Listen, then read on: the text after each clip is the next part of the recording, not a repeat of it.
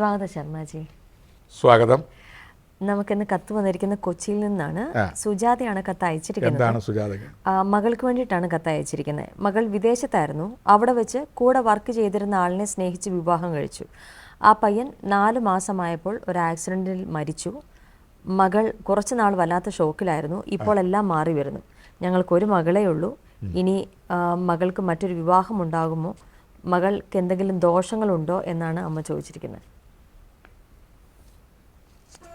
മകളുടെ ഗ്രഹനിലയിൽ 3 അഗ്നിഗ്രഹങ്ങൾ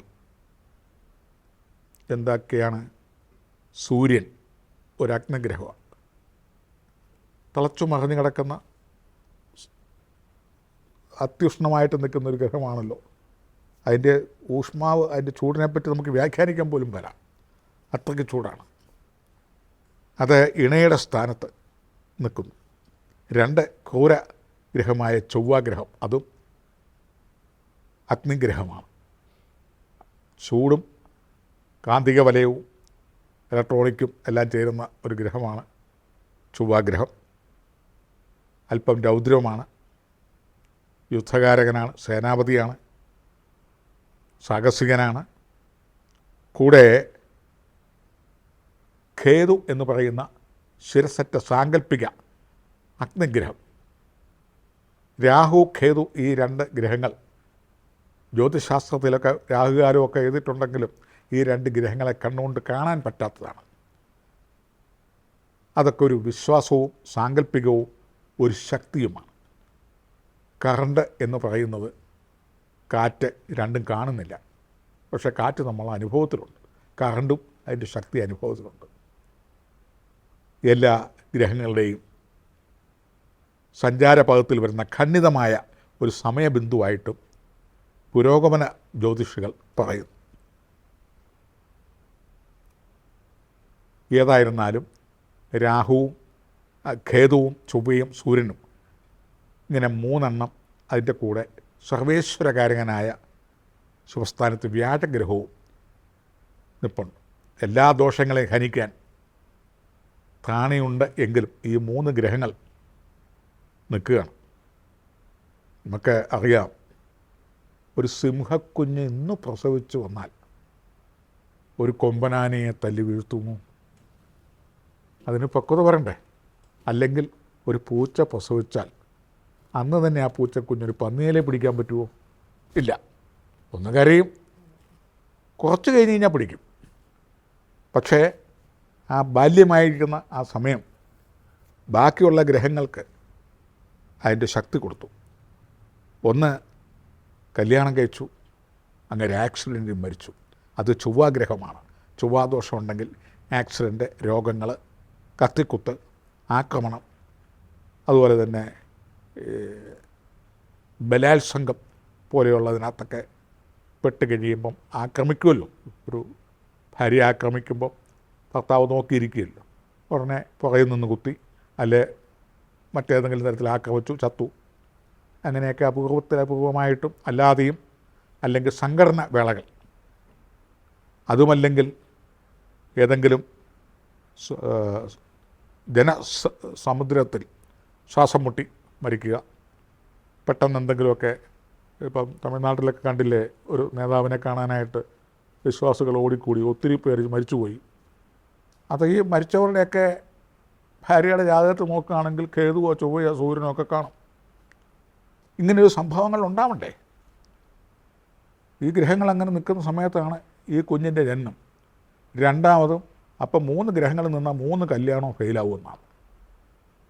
ഒന്ന് സാഹസികപരമായിട്ട് പട്ടാളത്തിലോ പോലീസിലോ അല്ലെങ്കിൽ മറ്റേതെങ്കിലും യുദ്ധമുറയിലോ അല്ലെങ്കിൽ മറ്റേതെങ്കിലും കളവ് മോഷണം പിടിക്കാനായിട്ട് പോയി കള്ളൻ്റെ കുത്തേറ്റു, അങ്ങനെയൊക്കെ ചിലത് നടക്കും. അല്ലെങ്കിൽ രോഗം വന്നിട്ട് മരിക്കുന്നു. ഏതെങ്കിലും 3 എണ്ണം അങ്ങനെ പോയി. 4ാമത് വ്യാഴഗ്രഹമാണ് നിൽക്കുന്നത്. സർവേശ്വരകാരകനായ വ്യാഴഗ്രഹം ചിലപ്പോൾ കുറച്ച് പ്രായം അങ്ങോട്ട് ചെന്ന് കഴിയുമ്പോഴായിരിക്കും ശാന്തനും സൗമ്യനും ദീർഘായുസുള്ളവനും നല്ല മനുഷ്യനും ആയിട്ടുള്ള ഒരു നല്ല ഭർത്താവിനെ 4ാമത്തെ വിവാഹത്തിൽ കിട്ടും. അപ്പം 4ാമത്തെ വിവാഹമെന്നോ ടുഗദർ ലിവിങ് എന്നോ ലിവിങ് ടുഗദർ എന്നോ രജിസ്റ്റേർഡ് കല്യാണമെന്നോ ഗാന്ധർവമെന്നോ എന്തു പറഞ്ഞാലും വേണ്ടിയല്ല, ആ ജീവിതം ദീർഘായുസ്സോടെ ക്ഷേമൈശ്വര്യത്തോടെ സന്തോഷവതിയായി ഇതിലൊന്നും കിട്ടാത്ത ഭാഗ്യങ്ങൾ അത് കിട്ടും. പക്ഷെ അതുവരെ ക്ഷമിച്ചും സഹിച്ചും പോകണം. ചിലപ്പം ഈ 2-3 നോക്കി നാളും പക്കമൊക്കെ നോക്കി തിട്ടപ്പെടുത്തി 10 പൊരുത്തമൊക്കെ ഉള്ളതായിരിക്കും. പക്ഷേ ഈ ആളിന് എത്ര വിവാഹമുണ്ട് എന്ന് നോക്കിക്കാണുകയില്ല. അതാണ് ഇതിനകത്തെ കുഴപ്പം, ജ്യോതിഷത്തിന് വരുന്ന കുഴപ്പം. ഒരു പനിക്ക് ചെന്നു, പനിക്കുള്ള മരുന്ന് കൊടുത്തു. ഈ ആളിന് കൊറോണയാണെന്നുള്ളത് അറിയുന്നില്ല. ചികിത്സിച്ച് വന്നു കഴിയുമ്പോഴല്ലേ അറിയുന്നത്. അപ്പോഴത്തേനും എല്ലാം കൈവിട്ടു പോയി എന്ന് പറയുന്ന പോലെയാണ് ജ്യോതിഷക്കത്തിലെ മൊത്തത്തോടെ ഒരാനെ പിടിക്കുന്നില്ല. ഏതെങ്കിലും തുമ്പിക്കൈ, കാല്, വാല്, ചെവി ഇങ്ങനെയൊക്കെ പിടിക്കുന്ന പോലെ അങ്ങ് നോക്കുന്നത് കൊണ്ടാണ്. അപ്പം ആഗ്നേയഗ്രഹങ്ങളായ 3 ഗ്രഹങ്ങൾക്ക് 3 കല്യാണവും അല്ലെ 3 പുരുഷബന്ധവും വിട്ടുപോയി 4ാമത് നല്ലൊരു ബന്ധം ഉണ്ടാവും. പക്ഷെ അതിന് നമുക്ക് സ്വയംവരം എന്ന് പറയുന്ന കർമ്മമാണ് സാധാരണ നിലയിൽ ഇനിയിപ്പോൾ പറയുന്നത്. സ്വയംവര കർമ്മങ്ങൾ ഒരു മണ്ഡലക്കാലം നടത്തണം. കാരണം 3 പാപഗ്രഹങ്ങൾ 3 കല്യാണം എന്നൊക്കെ പറയുമ്പം ആളുകൾക്ക് കേൾക്കുമ്പം തന്നെ പേടി. അത് 3 ഫെയിലാവുമെന്ന് കേൾക്കുമ്പോൾ അതിലും പേടി. 4ാമത് ഇനി എത്ര വലിയ കോമളൻ വന്നാലെന്താ വിശേഷം, കണ്ണീര് കൊണ്ട് കുളിച്ച് കഴിഞ്ഞിട്ട് പിന്നെ എന്തിനാണ് വരുന്നത് എന്നൊക്കെ ചോദിച്ചാൽ അങ്ങനെ ആരെങ്കിലും വരുമോ? ഈ 3 തീട്ട് പോയി അങ്ങനെ വരും. അങ്ങനെ യോഗമുണ്ടോ? അങ്ങനെ വരും.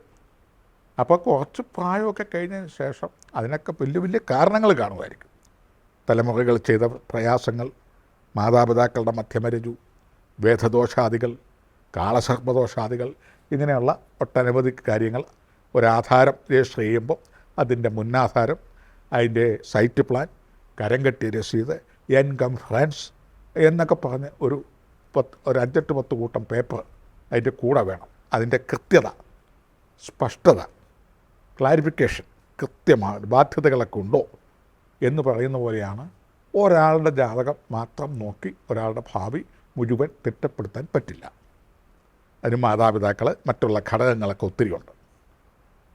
അതുപോലെ എത്ര ദീർഘായുസ് ചെയ്തു വെച്ചാലും ഒരു കുഞ്ഞ് പൂരാടം അച്ചൻകാലിൽ, അല്ലെങ്കിൽ ഒരമ്മയ്ക്ക് തൃക്കേട്ട നക്ഷത്രം അമ്മക്കാലിൽ, അല്ലെങ്കിൽ അത്തം നക്ഷത്രം അമ്മാവൻകാലിൽ, ഇതൊക്കെ എന്ന് പറഞ്ഞാൽ കാലിൽ ഒക്കെയുള്ള ജനനങ്ങൾ വന്നാൽ എത്ര ദീർഘായുസ് ചെയ്തു വെച്ചിരുന്നാലും ആൾ പോകേണ്ടത് പോയിരിക്കും. അപ്പോൾ അതുകൂടെ മനസ്സിലാക്കിക്കൊണ്ട് പുണ്യകർമ്മങ്ങളും ദാനധർമ്മങ്ങളും ഒക്കെ ചെയ്താൽ കുറേയൊക്കെ മാറ്റങ്ങൾ വരും. ഏതായാലും 4ാമത്തെ വിവാഹം വെരി ഗുഡ്. ക്ഷമയോടും സഹനശക്തിയോടും കൂടി സ്വയംവരം എന്ന കർമ്മങ്ങൾ ചെയ്ത് ആ നല്ല നാളെ കാത്തിരിക്കുക.